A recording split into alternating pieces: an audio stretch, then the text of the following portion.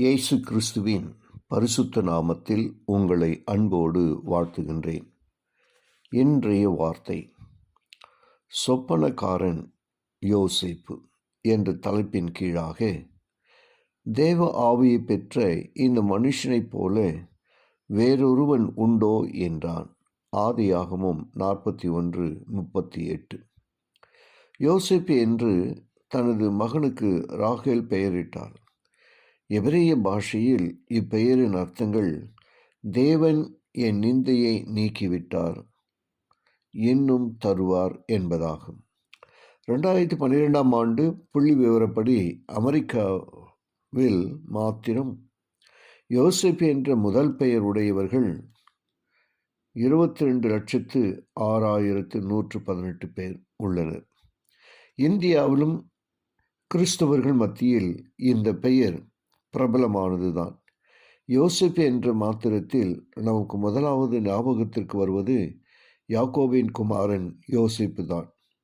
அவர் கண்ட சொப்பனங்கள், எகிப்தில் போத்திபார் வீட்டில் நடந்து கொண்ட விதம், பார்வோனால் உயர்த்தப்பட்ட சம்பவம் ஆகியவை அவனை வேதாகமத்தில் ஒரு பிரபலமான மனிதனாக்கியது.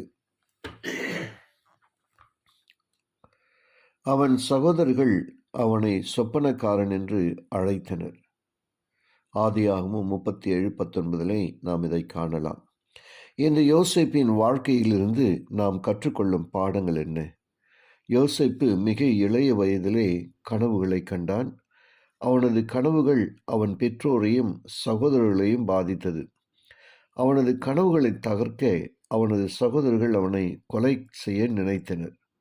பின்னர் எண்ணத்தை மாற்றி அடிமையாக விற்று விட்டனர். யோசேப்பின் கனவுகள் நிறைவேற காலம் அவகாசம் இருந்தது. அதற்குள் அவன் முதிர்ச்சி அடைய வேண்டியது இருந்தது. யோசேப்பு போன்று ஆரம்பத்தில் துன்பத்திற்குள்ளானாலும் ஆண்டவருக்காக, ஊழியத்திற்காக நீங்கள் வைத்திருக்கும் கனவுகளை விட்டுவிட வேண்டாம். கனவுகள் நிறைவேற பொறுமையோடு காத்திருக்க வேண்டும். அடுத்தபடியாக அவனது நோக்கம் கனவுகளை சீர்குலைக்க சோதனைகளும் அதனை தொடர்ந்து தேவையில்லாத துன்பங்களும் வந்தன. சோதனை தினம் வந்தும் கர்த்தருக்கு உண்மையாயிருந்தான். அதனை தொடர்ந்து வந்த அநியாயமான தண்டனையில் பொறுமையை கடைபிடித்தான். கனவுகள் நிறைவேற சோதனைகளை ஜெயிக்க வேண்டும். கர்த்தருக்கு உண்மையாக இருக்க வேண்டும். நீடிய பொறுமையை கடைபிடிக்க வேண்டும்.